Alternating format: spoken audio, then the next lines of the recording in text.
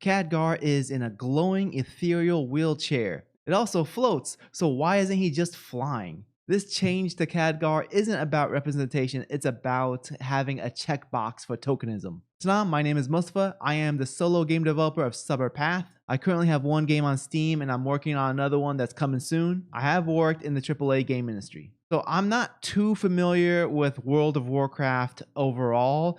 I am only familiar with the characters through playing years of Hearthstone. And recently, there's been a change to one of the characters, Khadgar, who is basically the most powerful mage. He is now in this floating ethereal purple chair. He needs to be wheelchair bound, but his wheelchair is magical and it flies.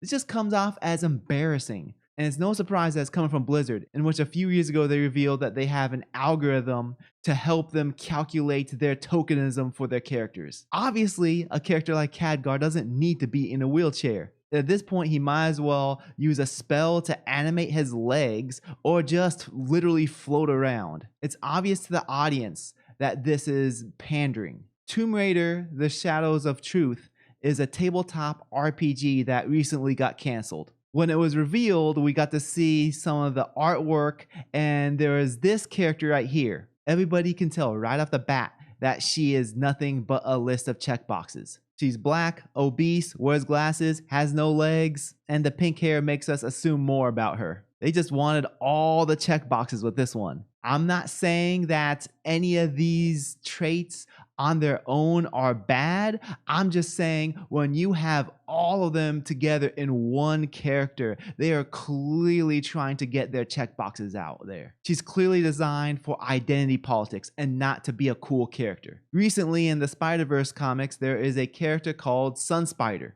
This is a wheelchair-bound superhero who puts her wheelchair onto her back and then swings around the city. This on its own doesn't even make sense because if she's swinging around the city, her legs would be flailing around. She would look like early 2000s ragdoll physics or Gmod animation. But that wasn't enough for them. Not only did they have to have her be wheelchair bound, but they wanted her to be LGBTQ as well. Since she's a one-off character who doesn't appear again, clearly she's tokenism. She only exists for the identity politics representation. Tokenism is when a character is created only to represent certain character traits or demographics. A token character has no personality, no real character arc or growth. For these characters, Khadgar and the other two characters, they serve as token characters for disability. Khadgar is still flying around. Sun Spider is still swinging around. And the crafter character for the Tomb Raider game, she's just there. Characters who have prosthetics, such as the crafter from Tomb Raider,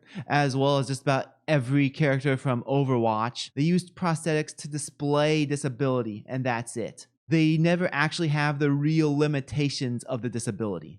In fact, they probably are better off with their prosthetic limbs because they can do cooler things like shoot stuff or do robotic things. This visual inclusion without having any sort of consequence or logic is pandering. Gamers and gaming enthusiasts, they are trained for pattern recognition. They will spot this and it breaks immersion. The inclusion should expand on the story, the world building, and the narrative, not break it. When a character is designed, the thing that should be focused on first and made priority is their personality, their growth, their mission, all those things that make up their actual character, not their superficial traits. The character should fit into the narrative or follow the function, not fit into some sort of an algorithm for representation. When the representation is forced and that's the only thing that's focused on, then that breaks the immersion. So let's take a look at some good examples. I think the most popular wheelchair-bound character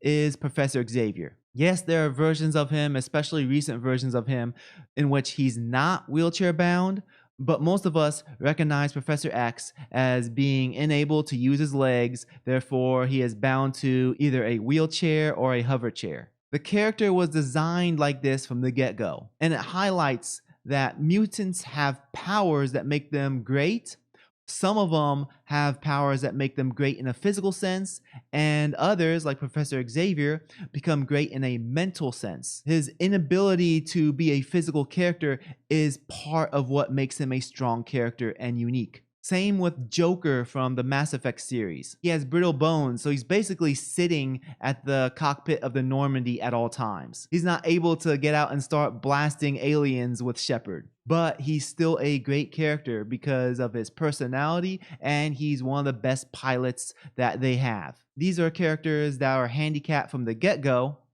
but we can also see examples of characters that didn't start off handicapped, that became handicapped, and are still good characters. For example, Barbara Gordon, she starts off as Batgirl. After a surprise attack from the Joker, she becomes paralyzed. When she's no longer able to use her physical abilities to fight crime, she pivots her role with the team. She's no longer the sidekick who's fighting crime. She spends her time on the computer providing information and hacking systems. She's still a very useful character to the story in spite of her physical limitations. Same with Bentley in the Sly Cooper series. He doesn't start off in a wheelchair, but after getting injured, he is wheelchair bound. Since he's a tech genius, he's able to make his wheelchair into a rocket wheelchair that does a bunch of cool things. It gets integrated into the gameplay, so when you play as him, he plays significantly different from the other characters, and there's a reason as to why he plays significantly different. When a physically handicapped character is integrated into fiction, it needs to make sense in the world. It shouldn't break immersion, and it shouldn't take priority over the character. It shouldn't become the whole character's identity. What we see with Khadgar is a bad implementation of a physical disability. If anything, it makes a mockery of the physical disability. Thanks for getting this far in the video. If you enjoyed it, please leave a like or leave a comment.